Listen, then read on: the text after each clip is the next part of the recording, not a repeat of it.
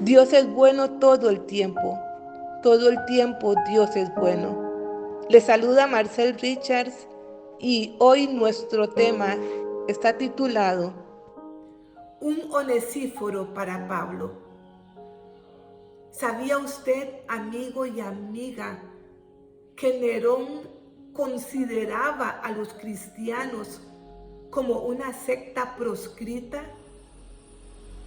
¿Sabía usted que los judíos incrédulos fueron los que achacaron a Pablo haber instigado el incendio de Roma? Tal acusación, por supuesto, y era conveniente para el imperio, de manera tal que Pablo fue hacia su última prisión. Las perspectivas que el apóstol tenía no eran buenas. Había sido acusado de instigar uno de los más viles y terribles crímenes contra el imperio. Y cuenta la historia que en esta época fue cuando el apóstol Pablo se le había ido disminuyendo sus amigos. Ya casi no tenía amigos. Muchos lo habían abandonado. Otros habían sido perseguidos por Nerón y por lo tanto muchos abandonaron la ciudad. Otros fueron martirizados. Otros negaron su fe. Otros se quedaron, pero eran amenazados o intimidados. Mientras que el apóstol Pablo estaba en una celda húmeda, oscura, en un subterráneo de una mazmorra en Roma. Pero Dios es bueno, amigos y amigas. Y nunca me cansaré de decirlo, Dios es bueno todo el tiempo. Y en medio de esta situación difícil del apóstol Pablo, en medio de este momento crítico en su vida, cuando él ya estaba anciano, estaba debilitado, estaba enfermo, estaba exhausto. ¿Sabe? Las visitas de Onesíforo alentaban su corazón, lo alegraban. Onesíforo era su amigo fiel y él hizo todo, absolutamente todo lo que estaba en sus manos para poder aminorar la dureza del encarcelamiento del apóstol Pablo. Él no escatimó en ningún momento ningún esfuerzo para hacer más soportable la situación crítica de Pablo. Y vemos, por ejemplo, cómo es que en 2 Timoteo, en el capítulo 1, en el verso 16, Pablo le escribe a Timoteo y agradece a Onesíforo porque fue el que le dio confort, lo confortó en los momentos de dificultad. Y dice: tenga el Señor misericordia de la casa de Onesíforo, porque muchas veces me confortó y no se avergonzó de mis cadenas. Sí, el apóstol Pablo lo dice. Onesíforo no se avergonzó de sus cadenas. Se había convertido al evangelio y buscó hasta encontrar al apóstol Pablo en prisión. Onesíforo fue persistente y paciente en buscarlo y fue perseverante y valiente en visitarlo.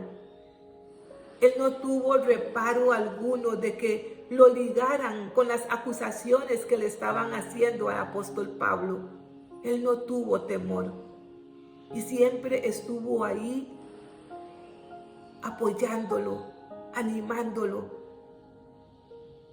y surtiéndolo, proveyéndolo de sus necesidades. ¿Saben? Esas visitas de Onesífero a la cárcel, a esa mazmorra, mejor dicho, visitando al apóstol Pablo en las horas más oscuras, en los tiempos de soledad y también de abandono del apóstol Pablo, evidencia la fidelidad y la fe de su amigo Onesífero. Eran y le daban o le inspiraban a Pablo paz, confianza, consuelo, alegría, para quien él, que había dedicado toda su vida al servicio para otros o al servicio del Evangelio. Definitivamente, Pablo fue un apóstol extraordinario.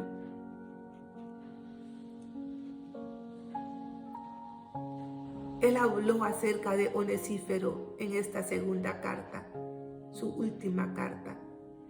Y era solamente un vislumbre de lo que realmente Onesífero fue para Pablo. Pablo en esta su última carta le agradece y lo elogia. Saben, amigos y amigas, viene a mi mente cuántas personas, cuánta gente no conoce de Dios.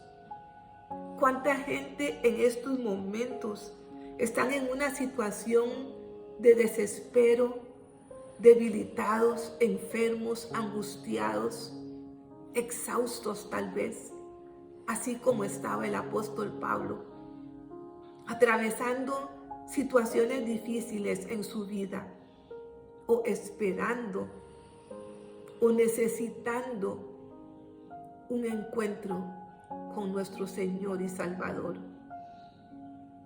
¿Y nosotros qué estamos haciendo?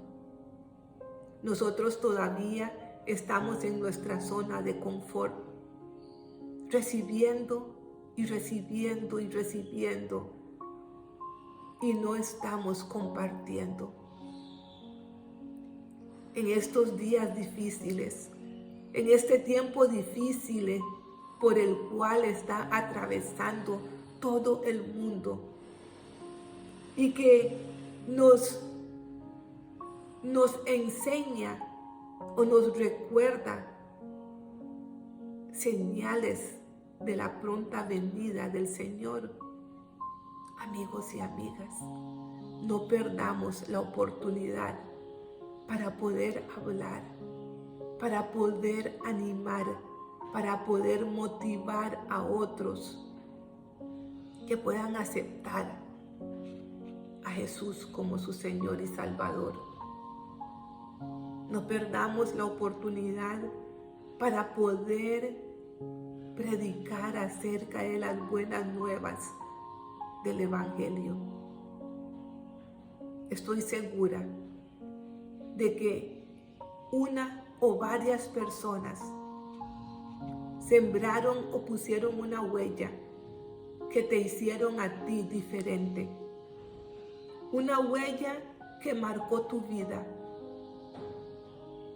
Y este es el momento en que yo apelo para que nosotros podamos también reflexionar y ser esa huella en la vida de por lo menos una persona, para que pueda ser o tener una vida diferente, marcar una diferencia,